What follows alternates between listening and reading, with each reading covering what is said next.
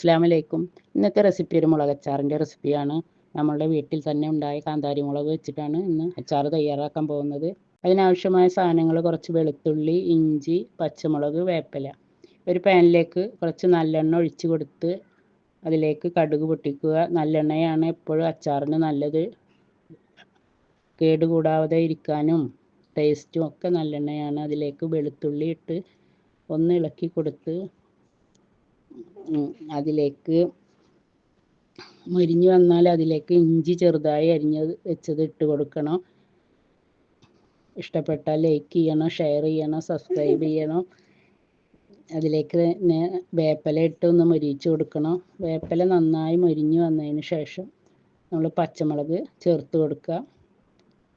2 തരം മുളകാണ് എടുത്തിട്ടുള്ളത്. വെള്ള മുളകും വയലറ്റ് മുളകും. നല്ല എരിവുള്ള മുളകാണ്.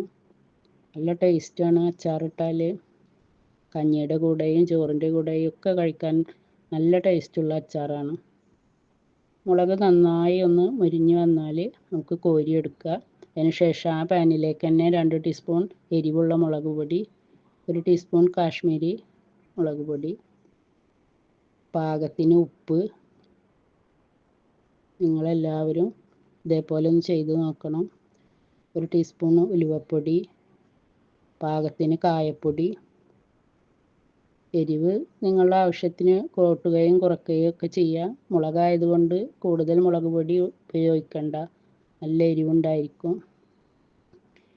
അതിനുശേഷം നമുക്ക് വിനാഗിരി ഒഴിച്ച് കൊടുത്ത് അതിൽ കിടന്നിട്ട് വേണം നമ്മുടെ മുളകൊന്ന് പാകമായി വേവാൻ. അപ്പോൾ വിനാഗിരി നന്നായി തിളച്ച് വന്നാൽ അതിലേക്ക് നമ്മൾ കോരി വെച്ച മുളക്, ഇഞ്ചി, വേപ്പില, വെളുത്തുള്ളി ഇട്ട് കൊടുത്ത് 2 മിനിറ്റ് ഒന്ന് വേവിച്ചെടുക്കണം. പെട്ടെന്ന് തയ്യാറാക്കാൻ പറ്റിയൊരു അച്ചാറാണ്. 5 മിനിറ്റ് കൊണ്ട് തന്നെ അച്ചാർ റെഡിയായി. ഈ ഒരൊറ്റ അച്ചാർ മതി ഒരു പറ ചോറുണ്ണാനായിട്ട്. അത്ര ടേസ്റ്റായ ഒരു അച്ചാറാണ്. എല്ലാവരും ഇതേപോലെ ഒന്ന് ഉണ്ടാക്കി നോക്കണം. ഇനി അടുത്ത വീഡിയോയുമായി വരുന്നത് വരെ അസ്സലാമു അലൈക്കും.